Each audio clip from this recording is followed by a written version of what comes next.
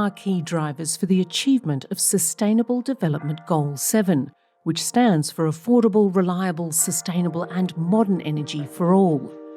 They are, however, still largely unrepresented in the energy sector and critical energy policy areas. We need feminist foreign and energy policy to create a holistic and green energy system. How can we make sure that feminism and gender perspectives are reflected in the energy system and decision-making?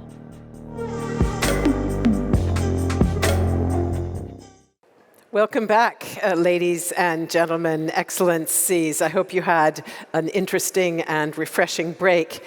We often think about the energy transition as a matter of technology and policy, but in the end, as you know, it comes down to people. And in this session, we want to talk about one particular group of people, namely women.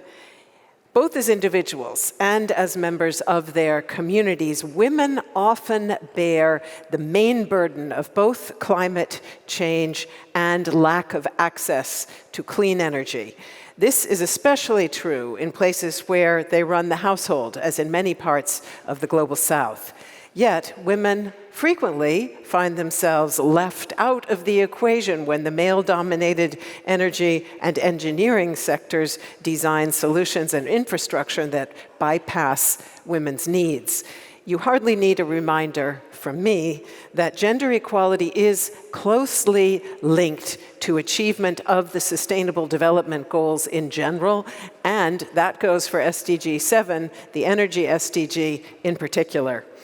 Reaching SDG7, a case for feminist foreign and energy policy, that is the title of this session, which will explore how participation of women and communities in the design of energy systems can drive affordable, reliable, sustainable energy for all.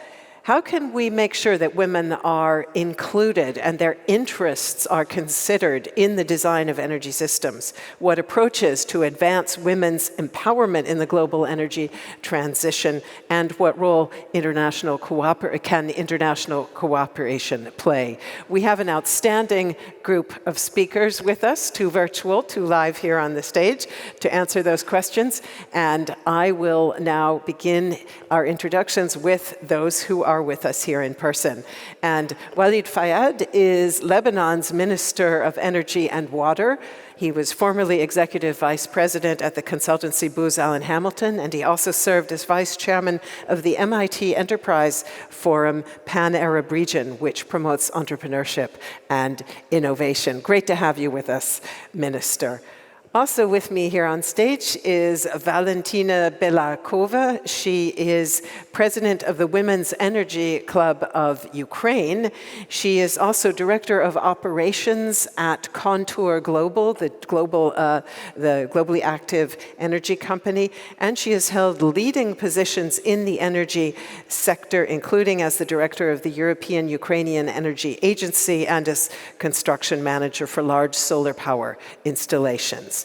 And now it's my pleasure to welcome our virtual guests. Rebecca Shirley is Deputy Director for Africa at the World Resources Institute, leading research on power systems and clean energy across Southeast Asia, Africa, and the Caribbean. And she formerly served as Chief of Research at Power for All.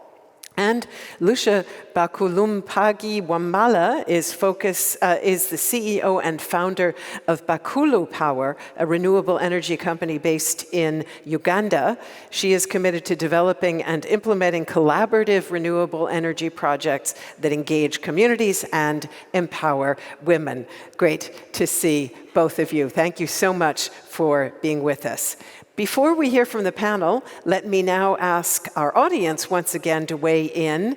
We have a word cloud question for you. So if you'll please take out those mobile devices, or if you're online, go on to our Slido tool and tell us what feminist energy policy means to you, whatever words come to mind. And we're going to come back and look at the results a little bit later in this panel.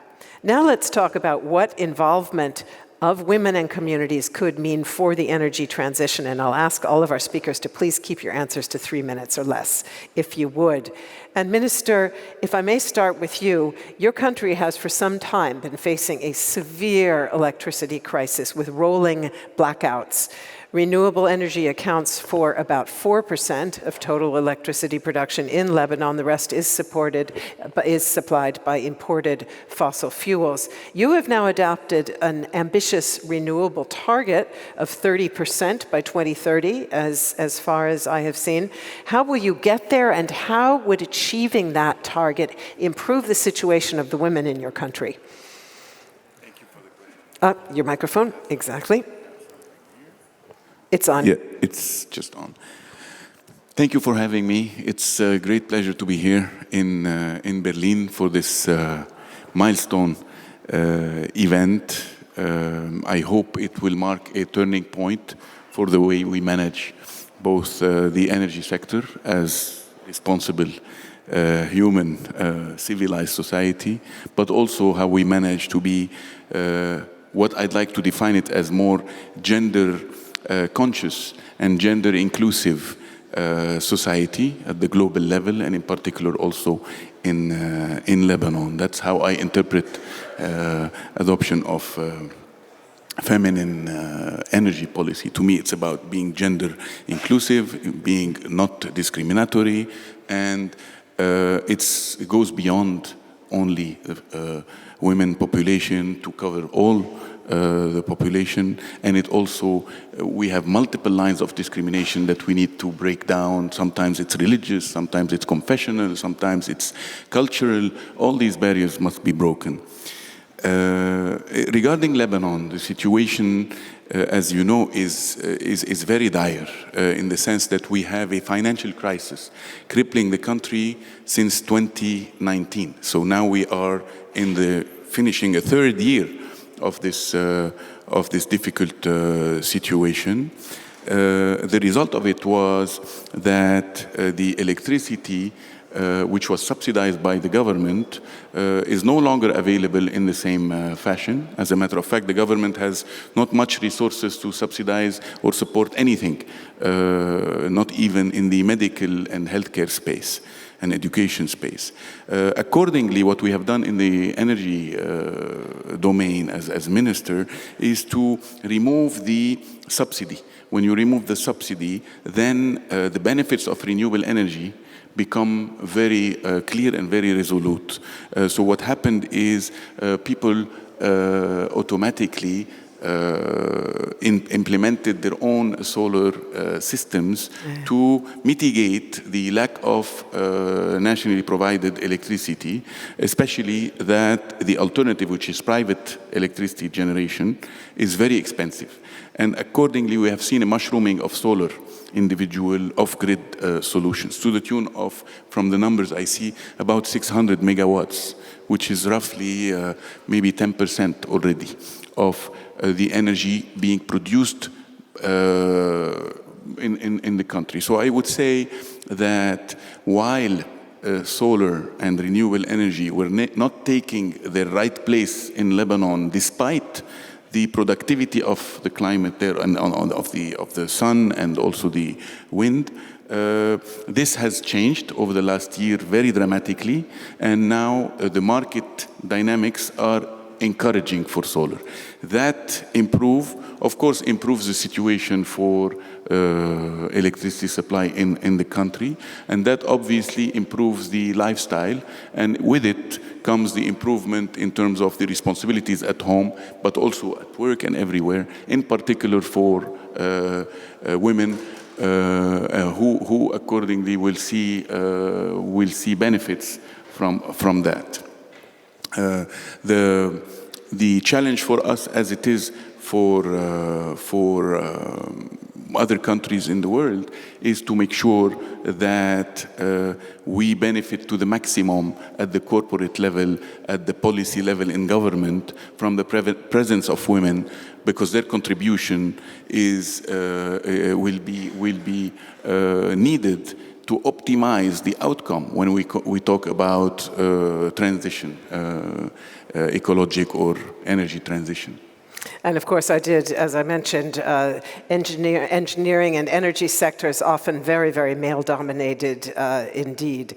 So let me ask Valentina Belakova in that context. You wear a number of different hats, but if you put on your Women's Energy Club of Ukraine hat, I know that one of your goals there is to bring more women professionals together in the energy space and also increase the percentage of women who are employed in the sector.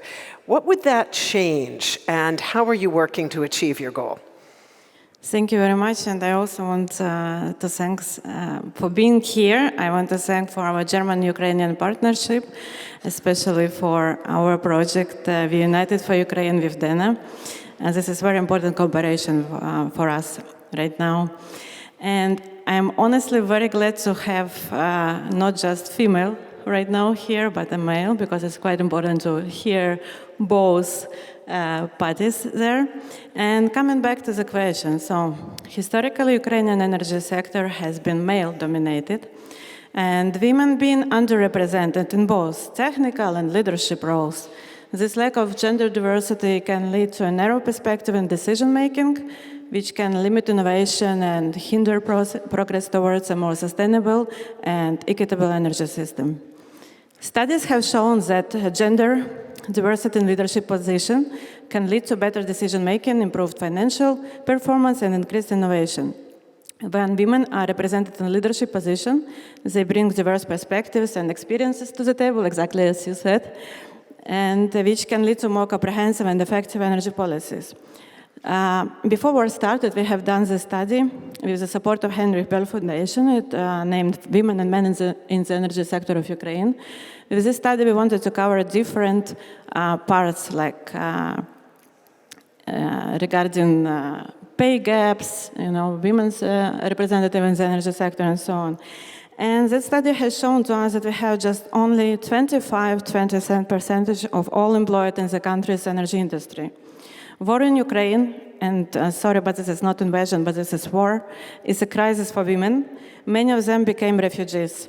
Others left in Ukraine and continue to handle with the daily crisis. And many of the refugees are the talented and experienced women who took their kids abroad in order to have a peaceful life. We want to do the new study in order to see the impact and current situation of female representation in Ukraine, and we will share the research results with all of you. So, how we can contribute? We did a lot, and we are continuing to do it. It includes researches, it includes advocacy, because we want to use our networks and resources to raise awareness of gender inequality in the energy sector and advocate for policies that promote equality.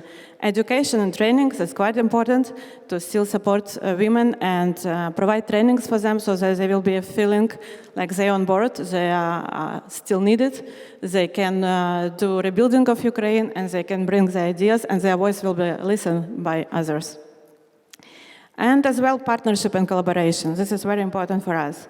And our club is partnering with other stakeholders to promote gender diversity and inclusion in industry. Collaboration can help to identify, address specific barriers that women face in the sector and create more opportunities for women to succeed. Thank you. Thank you very much. Yes, indeed. Let me now go on to ask Rebecca Shirley to talk a little bit about your experience at WRI's Africa desk and at Power for All, and how you, on that basis, would evaluate the status of efforts to achieve SDG7 and the nexus between that effort and the situation of women and vulnerable communities. Thank you so much. Apologies that I'm not able to be there with you all, but it's a pleasure to be part of this panel. In terms of the status of SDG7, of course, as we know, progress is slow.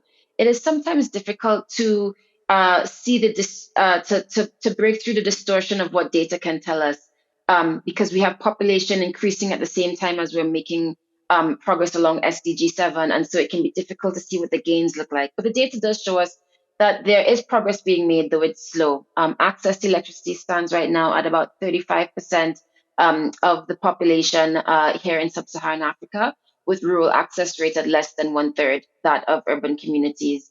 Right now, the estimates suggest that about 650 million people still lack access today, and about 9 out of 10 of those by 2030 will be right here in sub-Saharan Africa. So energy poverty is becoming an exclusively sub-Saharan African issue. And of course, to your question, as we all know, energy poverty is not gender neutral. The evidence shows that women disproportionately bear the burden of energy poverty. Of course, we're talking about here the number of of deaths that are caused by indoor air pollution.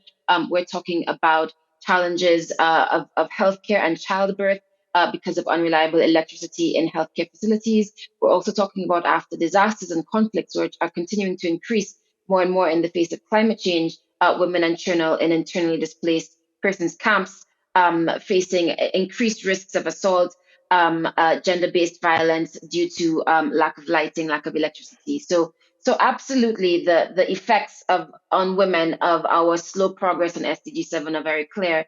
But what I'd actually like to focus on a little bit is the opportunity for women rather than the effects on women, because there is a humongous opportunity and the potential for new clean renewable energy solutions to not just save lives and reduce and save time for women, but also empower women through enterprise while encouraging technology uptake more broadly.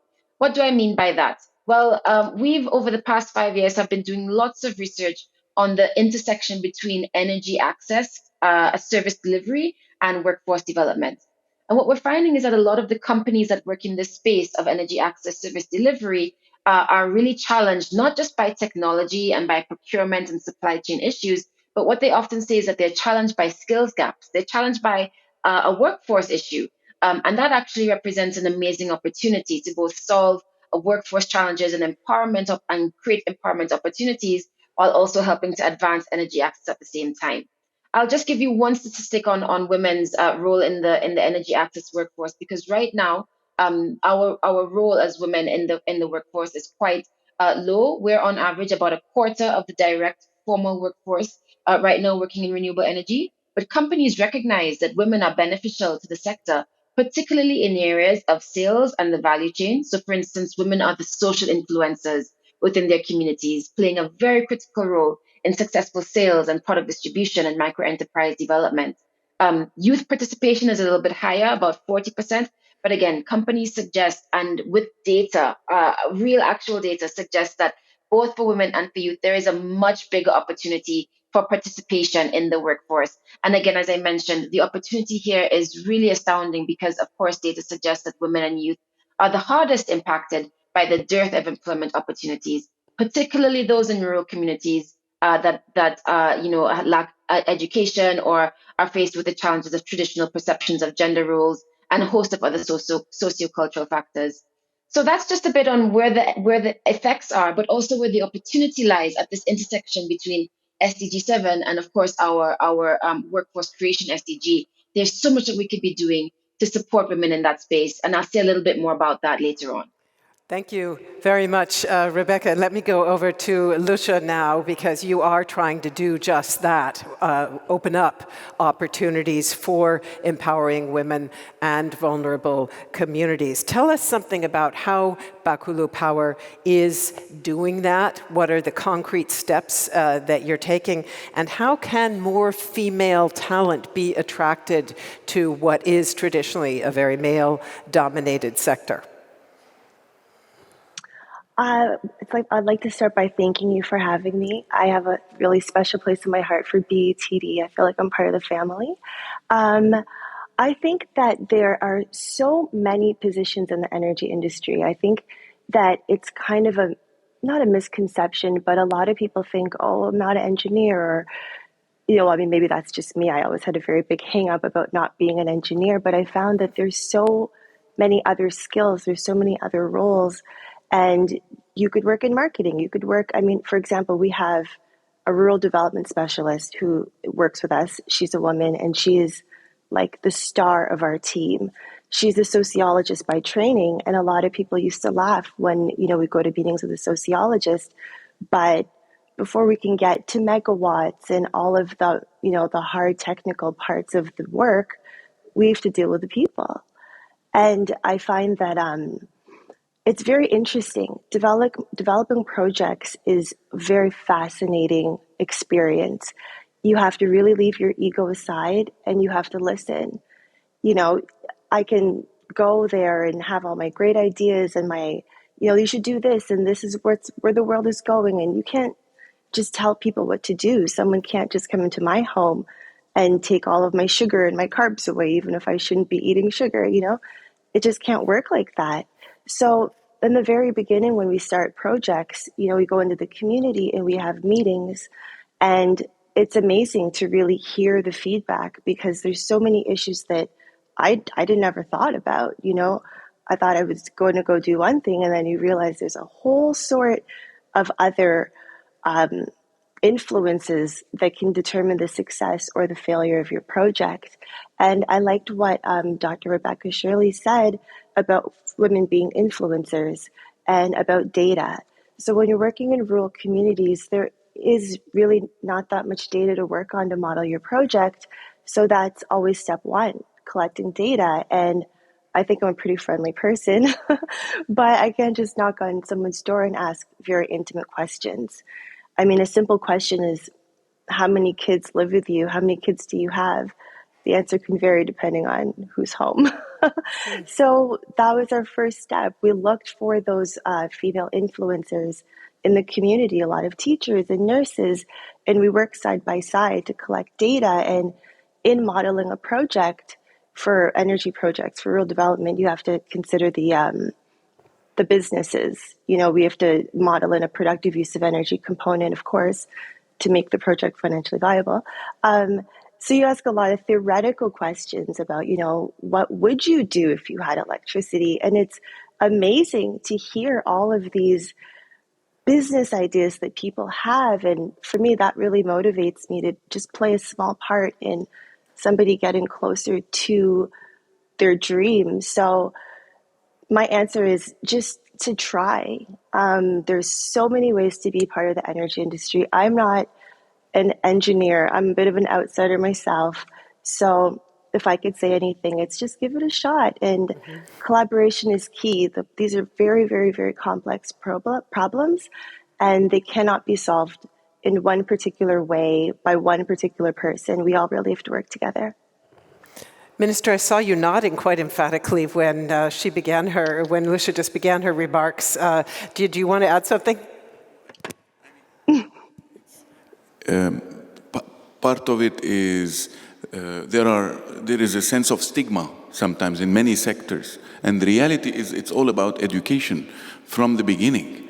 At the level of the education, the upbringing, it's making people aware, and I think we're doing a good job in this forum in particular, but also the number of forums that have now emerged to discuss and surface this issue, which is that nothing is inaccessible. You just have to want to do it. You just have to desire it. And on the other side, you have to create the opportunity and make people aware that it's available to everybody. It's as simple as that sometimes, but we lack a lot of the awareness raising. It's in energy, it's in mathematics, it's in science, it's in engineering. I think there's a lot more to do for the society on this front. So that's why I was nodding. And of course, there's a very interesting nexus between education and access to electricity as well. One of my top on my list of impacts is the fact that children who don't have light have a hard time doing their homework and therefore can find themselves falling back in school. Let's take a quick look at the at the word cloud that we got here. And we asked, what does feminist energy policy entail in your opinion? And so there's some big writing in the middle, smash the patriarchy, which I think in some ways is what we're talking about when we talk about more inclusion for women in these sectors. Then we do have inclusion farther down, equality, equity, justice, decentralization, very interesting point in conjunction with feminist energy policy. And then I'm not sure whether everybody can read some of these smaller print ones, but end structural violence, empowerment, visibility of women, toxic masculinity, listen to females, women in conflicts. Yeah, please. There is one that attracted my attention here, which says system change, not climate change. And the reality is, you will have seen it in today's speeches by my fellow ministers, Minister Habek and then Minister Sultan Jaber. They talked, and I also, I mean, this is an important matter to mention, which is that the world economic order as we know it, which is based on the maximization of an unconstrained maximization of profit, is no longer working for us. And it's been there for the last, I don't know, more than 50 years or 100 years even, consecrated. And the reality is that when we make decisions today, we are still abiding by it, and that's not the right way. We need to devise a new system of optimization that is not only about profit, it's about the return on the resource, the return on the environment, the return on the society. We have to quantify this. And this will, when we optimize for these values and not just the profit, we will by definition be a more inclusive society. We will by definition adopt renewable energy rather than fossil fuels. And we will by definition minimize the reliance on natural resources. But it's a tall order. It's not simple. System change. We have to define a new economic system that will help us then in the new market through the right incentives, then produce all the results in this direction: inclusivity and inclusion and climate change mitigation and renewable energy, etc. And we did at the roots. We did see also smaller writing saying inclusion is not equality, so distinctions there as well. Let me go to Valentina, if I may, to ask about your expectations for Ukraine's future energy sector apropos systemic change, because we're hearing from a lot of the Ukrainian representatives here, members of the government, that reconstruction can be an opportunity to do things differently. What could feminist approaches see new openings through the reconstruction process? Could also more inclusion of women support more sustainable and effective reconstruction? Thank you. Yeah, as you know, the future of Ukraine's energy sector is a topic of critical importance. And the war had a significant impact on the country's energy sector, disrupting supplies of natural gas, electricity, and energy security. So in this challenging context, it's essential that Ukraine adopts innovative and forward-thinking policies that will take into account, as you correctly said, not just ongoing conflict, but as well impact on the energy sector, and this impact should also include women's voice there. So feminist approaches can play, in my opinion, a critical role in shaping Ukraine's energy policy, recognizing the differential impact that energy policies can have on men and women, and ensuring that policies are designed in a way that promotes gender equality. I would say to rebuild the energy sector and ensure its long-term sustainability, it's crucial to attract back, as I said earlier, skilled professionals, including women who have left the country. Furthermore, it is important to acknowledge the significant contributions of women who continue to work in the energy sector and the hot zones. These women are the real heroes, and I would really ask you to make the applauses and support them right now, please. They really need to hear from you. And in fact, one of the entries in the word cloud was role models, of course, and certainly those women are role models. Yeah, so as I said, so we need to build a more diverse, innovative workforce, which can lead us to better decision-making and improve performance. Furthermore, international support and cooperation will be essential in rebuilding Ukraine's energy infrastructure and strengthening our energy security. Partner countries can provide critical technical and financial assistance to help Ukraine develop its energy resources and improve efficiency. However, it is essential that any support will be provided in a manner that respects Ukraine's sovereignty and territorial integrity. Thank you. Thank you very much.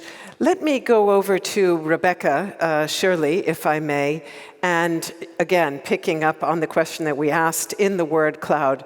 What would in your opinion, a feminist energy system look like? And what positive impacts would you expect from that, in addition to the ones that you briefly touched on in your first answer?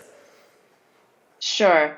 To me, what constitutes a feminist energy system is three things. One, that acknowledges the effects that the lack of basic access to services like energy have on women and children. Two, one that recognizes the opportunities for women through access, but also that recognizes the opportunities that women bring through access. So you're asking about the potential benefits, the knock-on effects that women's access to energy have on the family, on the household, on the community, on the enterprise, on the nation are all well documented. We know that women's access to energy is good for everybody. And number three, a feminist energy system is one that caters for these needs and for these opportunities through policy. What would that policy look like, you might be asking? Well, we know that gender-sensitive approaches to electrification are mainly initiated today by international development agencies or NGOs, while currently national-level electricity access policies are gender-blind. So that's something that we have to fix. We need to see a stronger alignment between energy access policy and gender equality policy that can identify those leverage points and identify how energy access can be more effective in combating gender inequality. Of course, as a data person, I must always say that the second thing is that we would need energy access statistics to be disaggregated by gender. The current unit of analysis for energy access right now is the household, and that masks the difference between energy used by women and children and also by men. And then thirdly, I would say what that kind of policy would look like is collaborative policy across ministries in fields such as agriculture, forestry, and rural development to achieve a more integrated approach to energy access. Because the data is clear, we were talking all about the opportunities before at that energy and workforce intersection. It's not just STEM, as Lucia said. What the data shows is that it's the soft skills that are missing in the sector. Soft skills is a misnomer for me because these are the harder skills in my mind, right? We're talking about leadership, management, negotiation, governance. And so we need to leverage, update, modernize our technical, vocational, educational institutions to deliver those types of skills, both technical and soft skills, to communities, and in particular rural communities, because not everyone can come to Nairobi, where I am, or to Kampala, where Lucia is. The jobs, the training must be delivered where the jobs are needed. And lastly, developing pathways to certify skills, because we have a number of women who are extremely skilled, who are extremely capable, but sit without the paper. And so figuring out ways to certify those who are already skilled and therefore open up the workforce opportunity, make business skills trainings widely available and so on. These are all elements of what a feminist energy system looks like. So this is a call to all of those whom are in the room with you right now, a call to governments, academia, training institutions, donors, financiers, enterprises to collaborate for developing standardized, accredited curricula and policy that help bring gender equity to our energy policy as well. Because you said you're a data, you're getting some applause here, hope you can hear it. Because you said you're a data person, let me briefly mention something I heard here in this ministry about 11 months ago. Panels that were conducted here at the ministry of different initiatives working on climate prediction models. So models that look at climate stress and try to predict whether it could lead to migration and or conflict. And I think most of us expected that these experts would tell us some things about indicators like rainfall, drought, harvest failure, and so on. There was a fascinating consensus amongst the experts, whether they were from Latin America, Africa, or Middle East, that the actual most important factor was not how much rain falls, but the nature of the communities that it falls on, how inclusive those communities were. Were women and children being considered? Were they part of the community decision-making processes? I found that absolutely fascinating, because clearly there are data points that support this, and yet so many of us think it's a matter of the kind of indicators I talked about. Are we somehow not getting the message out? Rebecca?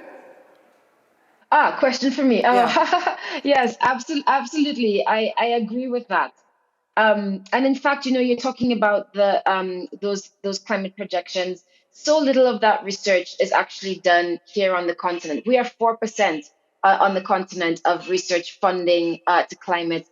Almost 20% of the world's population, 4% of research funding, and only about 1% of that research funding actually comes to local research communities here. I just have to say that because you gave me an opportunity to say something about research and make that plug. But absolutely, I think part of the challenge is awareness about the opportunity, about what the data shows us. There are statistics now, there is data now that demonstrates the benefits that women and children prioritization has, as I said, not just for themselves, but for their entire community. That data needs to be now brought to platforms like this, where we can now engage with decision makers with that data and then develop policy to suit. So I'm completely agreed, and I think awareness is one of the issues that we're challenged with right now. And Lucia, if I may go over to you and again, talking about feminist energy policy and what that could mean in practice. What, in your opinion, could drive more equality in this sector in Africa, but also worldwide? And how could countries better cooperate on advancing this goal? Because we have talked a lot here at BETD about cooperation in driving the energy transition forward, but how do we drive this transition through cooperation? I was just going to say, events just like this are amazing for cooperation. And I think, I'm a little bit lucky. In Uganda, so many of our top officials are women, and I believe some of them are there in person. I'm kind of sad I'm not there. Our energy minister is a woman, the permanent secretary, the head of the petroleum company. Maybe that's a bad thing to say here. In Uganda, our vice president's a woman. We've our got some prime loyal minister's a people here. woman. Sorry. Good. Well, no, I'm happy to hear that, because sometimes I really think that we all can get in our own echo chambers, our own silos, and can get a little bit almost tribal about things. And that's just not how the world works. We have to work together. And I think, I'm not in government, but so I can't really speak to that kind of cooperation. But in terms of, a project developer in technology companies, I know, Germany, you guys have got an amazing solar association with so many great companies, so much technology that we need back home. Developers, we need it. You need a place to deploy your technology. We need technology to solve our problems. There's got a lot of synergy here. And I think that events just like this are fantastic. And I just really have to thank you, because it's not often that a local project developer is given a microphone. And I think, when Rebecca was speaking, I was probably making all these crazy faces because I was so excited. Mm-hmm. And, she said a lot of things that really ring true. And there's a lot of knowledge from the field. There's a lot of, things that people assume would go one way, or assume people want these things. And I just think about listening. And when I think about feminism, maybe I'm wrong, but I think that whole idea of feminism is for a woman to do what she wants. And there's a lot of things we can do. I loved how even Honorable mentioned to change things and change the idea of what it means to work in the energy industry. Not everyone can be the minister. Not everyone can be a CEO, even it's really just something in my signature blog. There's so many other things. And I'm a big fan of trades, of skilled trades. I'm always talking to my daughter about it. She is so sick of me. But I think just promoting the idea of like electricians, and there's so much that needs to be done. There's so many of us who got to work together. And just to, I think, even show people there's a lot of different ways to do it, and you can find a lane that suits your needs and your desires and make an example and make a change. Thanks very much. And again, you mentioned role models, which was also something that came up in our word cloud. Minister, I think I'm calling everybody else by their first name, so I'm going to go with Walid. And let me ask you to comment on the potential advantages of decentralization in this context, because we saw that also on the word cloud. And I know that you are seeing some of that in Lebanon as a response to the crisis. Électricité des Allées, as I understand it, is often cited as one of the success stories in Lebanon's energy sector. Its network apparently supplies consistent access to reliable electricity, and women reported that their lives had been considerably improved as a result. Does your government plan to support more such decentralized projects in an effort to try to bring those kind of benefits to communities? Yes, absolutely. The short answer is yes. If we want to delve a little bit more into it, we have, in Lebanon, we have developed a law on distributed renewable energy with the help of the EU and, specialized consultancies. And that law has passed through government, and it's now in the parliament, and even in the committee responsible for the power sector in parliament has been discussed. It's now with the highest legislative body to approve it as law. That law allows for the decentralized utility scale power plants to be built anywhere for the benefit of any community. So they can be built wherever there is good solar, and they can be used by the community that needs them. And it's private to private, private to government, very flexible. So yes, in short to say, we welcome decentralization. It's an engine of growth. It's an engine of inclusion, like we said, and more equity, because we have geographic discrimination, we have gender discrimination, we have all sorts that are happening, by the way, in my countries as they are in other countries. What I caution against is when it comes to, because we see it in Lebanon, we have a lot of privately generated power.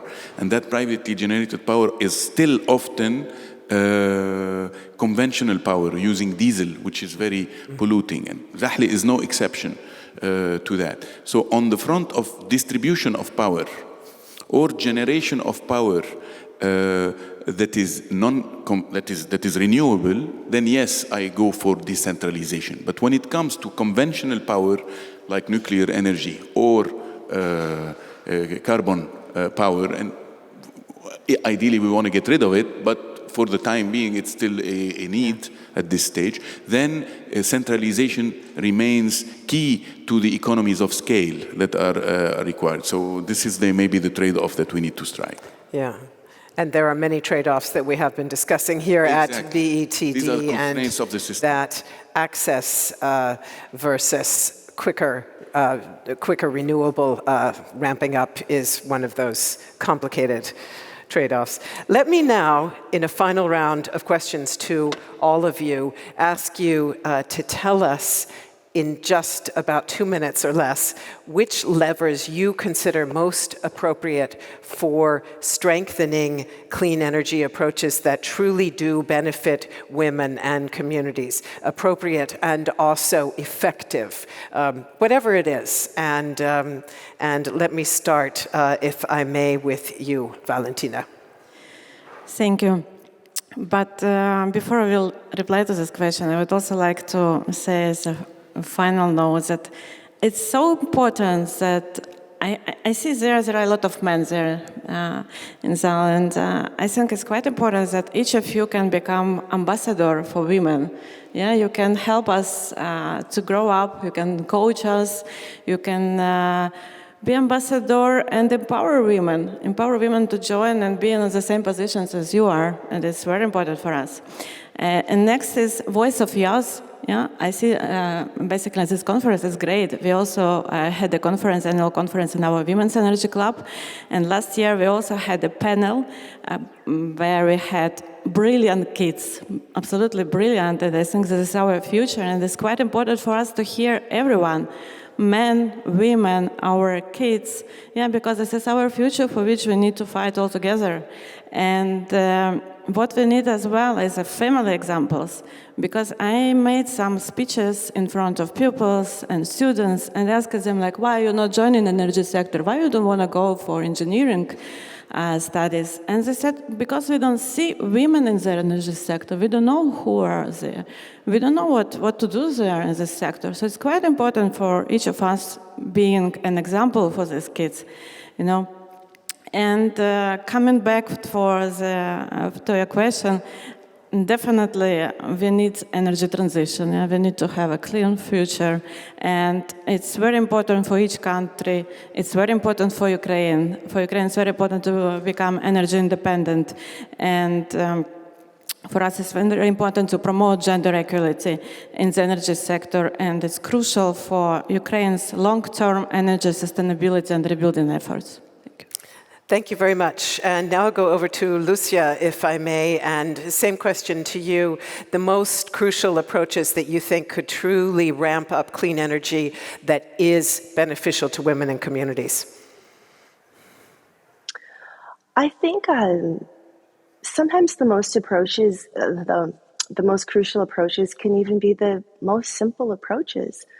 Sometimes, especially, as myself as an entrepreneur, looking for something sexy and venture capital and trying to overcomplicate certain things. And sometimes it might not be the most sexy thing, it might not be all these bells and whistles. There's a lot of ways to get people the electricity they need. A lot of people, we know pay as you go. A lot of people, there's a lot of talk now, mini grids, that's what we do. There's so many different ways to do it. And I think, just getting out there and finding partners and just doing things that work, doing things that make sense, even if they feel really small, even if, maybe it takes a lot of time and you've had to change your idea and it's not this exciting project that you thought it was going to be. If it's helping people, that's what matters. It's about people. Thank you very much. And I'll just go to Rebecca and then come to you, Minister Walid, if I may. So, Rebecca, please. Thank you. I think that telling better stories about gender equality and how gender responsive policy is not pitting women against men, but as I mentioned before, gender sensitive policies are better for everyone. Just to give you one or two quick examples, in India, we have the data, as I mentioned before, that illiterate mamas, solar mamas they're called, who have been trained as solar engineers by the Barefoot College, are now installing solar home systems in thousands of villages across the country. And in doing so, become economically empowered, earning more per month. And that then has implications on children and their ability to go to school. We also know in South Africa, where women have access to energy and to electricity, their employment rates tend to increase by double-digit percentage points, as opposed to men's, which would increase by single-digit percentage points. We know that when women have access to energy, it means improved health. In Uganda, of course, the use of solar home systems and solar cases in health centers has resulted in over 72% a decrease in perennial death. So telling better stories with the data that we have, I think, is one way to be really appropriate and effective in strengthening gender equity. The second I would say is that policies that really address these, and I don't just mean national and subnational level policies, I even mean corporate policy. So for instance, programs that adopt gender inclusive consultation and participation, female-friendly lending techniques that allow women-headed, female-headed households to have access to finance to then uptake connections and access to electricity. And then thirdly, of course, as I mentioned before, and I will keep saying, technical vocational education and training for rural communities, serving communities, the skills that they need, the certification that they need, where the jobs are, where the employment opportunities are, right where they are, to me, is fundamental. So those are the three I would say. Thank you very much. And finally here, Minister. I think most of it has been said by the charming ladies and participants. Maybe just to close the circle with what happened yesterday and this morning and tie it together, if you want to promote clean energy, I think there is a lot of room still to go in the financing, and it was mentioned this morning. Africa is still, and Middle East to some extent, but Africa mostly is still suffering from a lack of financing in this space, despite the goodwill that's being shown by the world, but still not it's still not at the materiality level that we want to see, that is needed for Africa, but also for the world, as was argued by the President Ruto yesterday. Second thing, and this financing includes also the restructuring or the reform in the thinking of the financial lending institutions. And secondly, and equally important, is legislation. Because the sooner you have the legislation in place, the sooner the mechanisms that will promote progress toward your objective will be met. And if on the legislative and on the financing front we have women participating more actively, we know, as per what the data shows, that the contractual commitments that will happen will be longer standing and will be more sustainable in time, according to the data that I've been privy to recently. So very, very interesting indeed. Very encouraging. Yes, indeed. Thank you very, very much to all of you. This has been a very, very insightful and inspiring panel. So let's give them a warm round of applause, please. Hopefully our virtual guests can hear the clapping here in the room. Thank you so much for being with us here today.